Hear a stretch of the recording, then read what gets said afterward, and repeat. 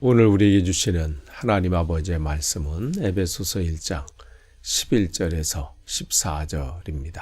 에베소서 1장 11절에서 14절까지 제가 봉독해 드리겠습니다.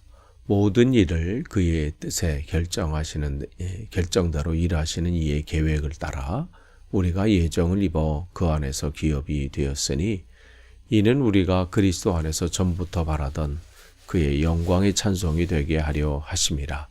그 안에서 너희도 진리의 말씀 곧 너희의 구원의 복음을 듣고 그 안에서 또한 믿어 약속의 성령으로 인치심을 받았으니 이는 우리의 기업의 보증이 되사 그 얻으신 것을 속량하시고 그의 영광을 찬송하게 하려 하심이라. 아멘.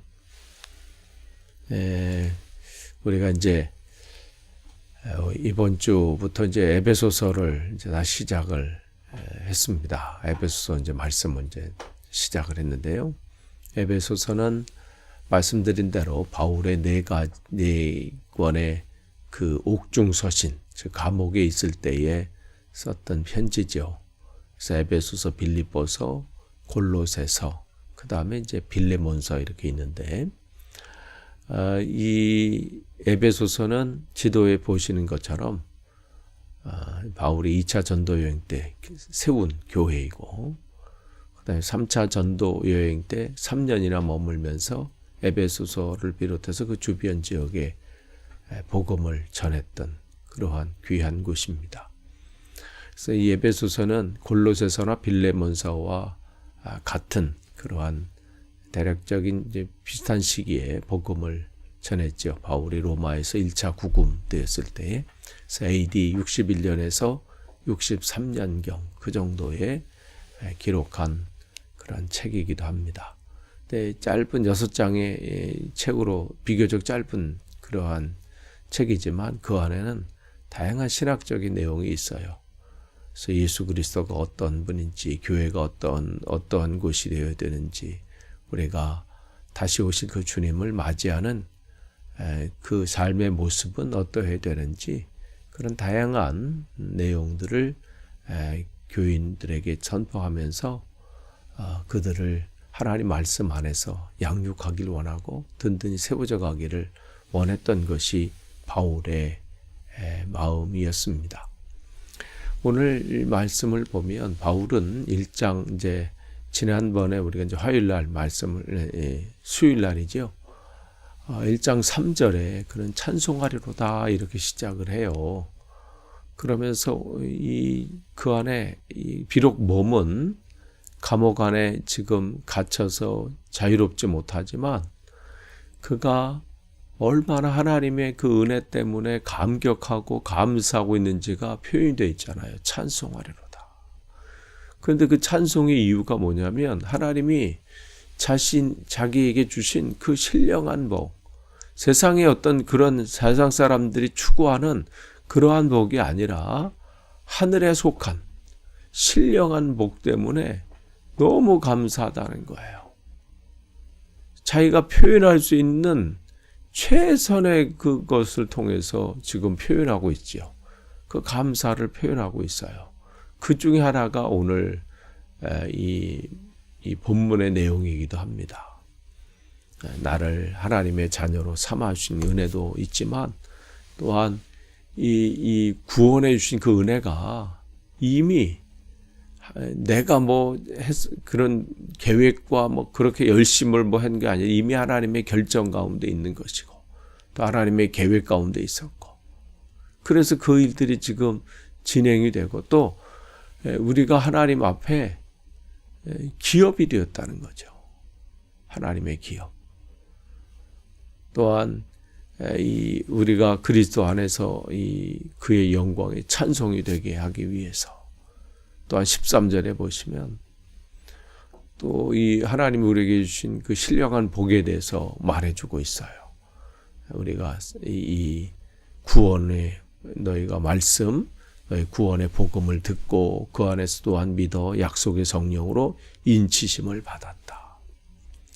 그러니까 우리가 이 믿음이 생기는 것은 다른 것이 아니라 우리가 하나님의 은혜가 있는데 여기 보면 13절과 14절에서 바울은 그 네 가지를 단어를 사용하고 있어요. 여기 13절에 보시면 듣고 이렇게 돼 있어요. 그 다음에 믿어, 인치심 이렇게 돼 있죠. 그 다음에 14절에 보증 이렇게 네 가지 단어를 사용하면서 우리에게 주시는 하나님의 은혜가 얼마나 큰지를 다시 한번 계속해서 강조하고 있습니다. 그래서 이 단어를 우리가 하나님께 보시면요, 우리가 하나님의 은혜 가운데 죄사함을 받고 구원을 받는 것, 그것은 듣는 데서 시작이 된다. 그 당시에는 이 성경이 없기 때문에 무슨 성경을 읽는다 이러한 표현이 없죠. 그러니까 어떻게 해요? 듣는다 이렇게 나와요. 그러니까 이 믿음은 이 말씀을 읽고 그 말씀을 묵상하고 듣는 데서 시작이 됩니다.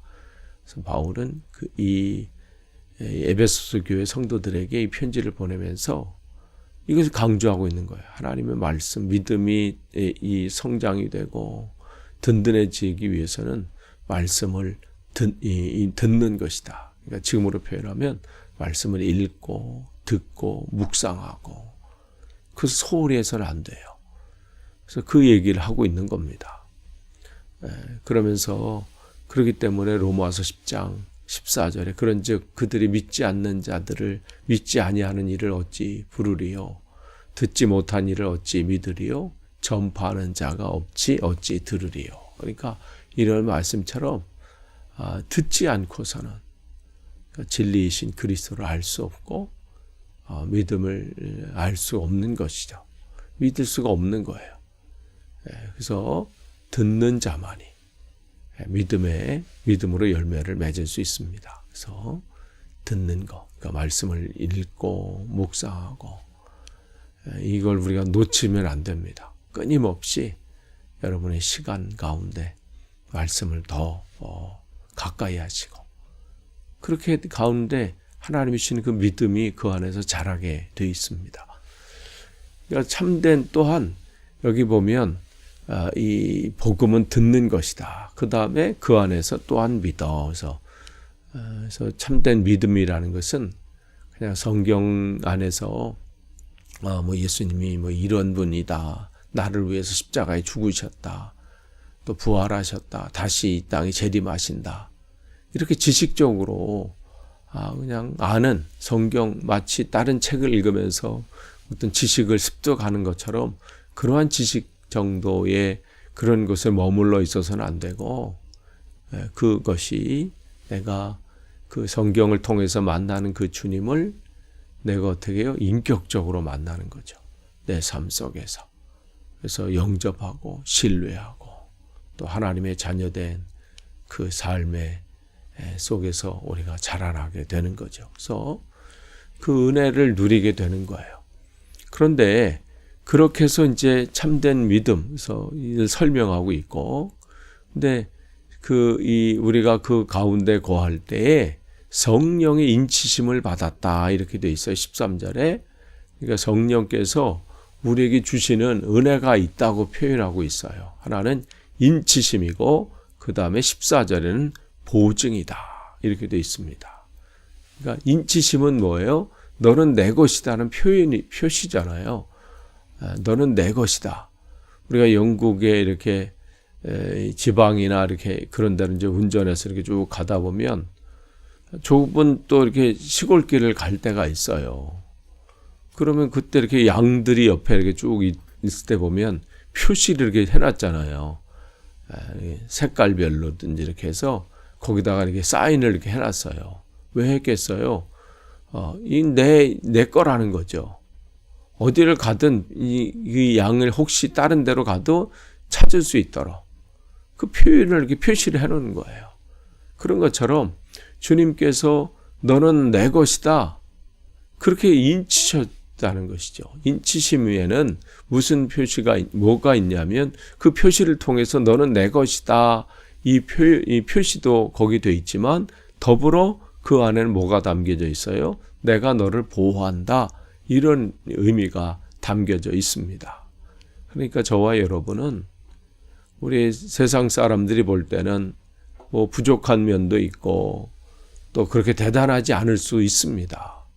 그러나 주님께서 우리에게 분명히 말씀하십니다. 너는 내 것이다.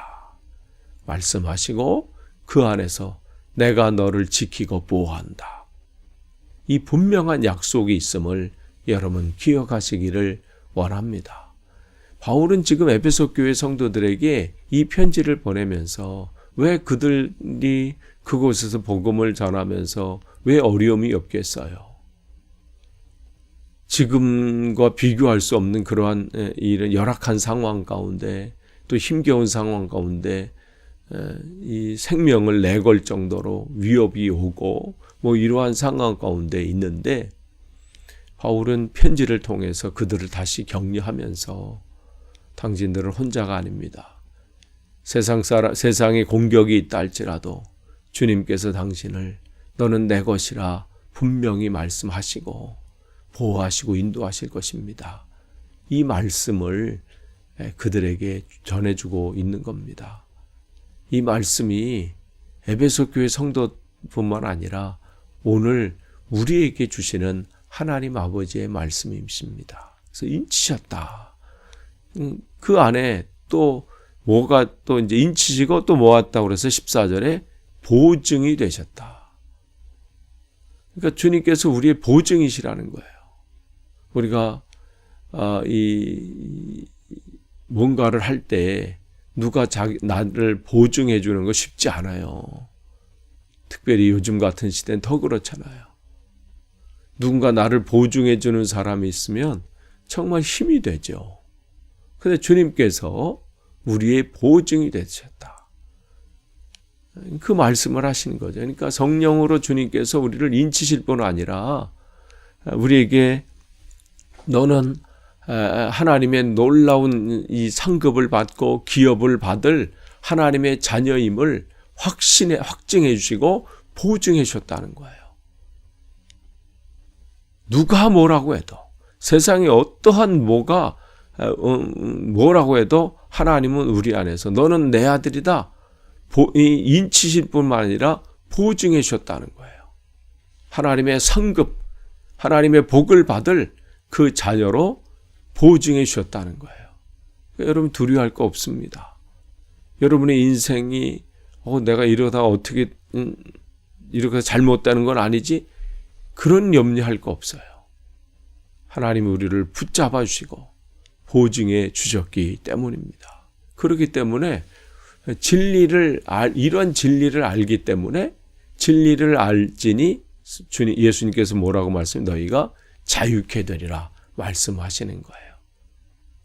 그러니까 우리가 이 은혜 때문에 우리가 자유할 수 있는 거죠.